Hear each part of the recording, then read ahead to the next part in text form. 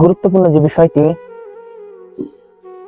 যে কখনোই অন্যদের থেকে ভিন্ন পথে যেতে কখনোই ভয় পাবে না, ভিন্ন পথ বাঁচতে কখনো ভয় পাবে না। কারণ তুমি একা চলবে, একা চললেও দেখবে তুমি রাস্তার সন্ধান পেয়ে যাবে। তুমি যখন রাস্তায় বের হবে, রাস্তায় তোমাকে রাস্তা দেখিয়ে দিবে।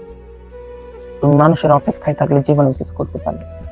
তোমার উচিত হবে এখনই তোমার কাছে যা আছে এটা নিয়ে তুমি চলো, পথ চলতে শুরু করো, পথ চলতে শুরু করো। এই পথই তোমার পথের দিশা দেখিয়ে দিবে।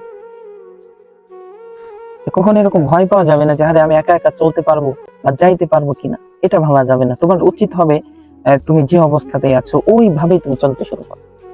চলতে চলতে চলতে চলতে কিছু দূর যাবে, এমনিতেই তুমি পেয়ে যাবে পথের দিশা। লোক তোমার পিছে আসবে। ওই যে একটা কথা আছে, যদি তোর ডাক শুনে কেউ না আসে তবে একলা চলার চেষ্টা করবেন, দেখবেন পথের দিশা আপনি পেয়ে যাবেন।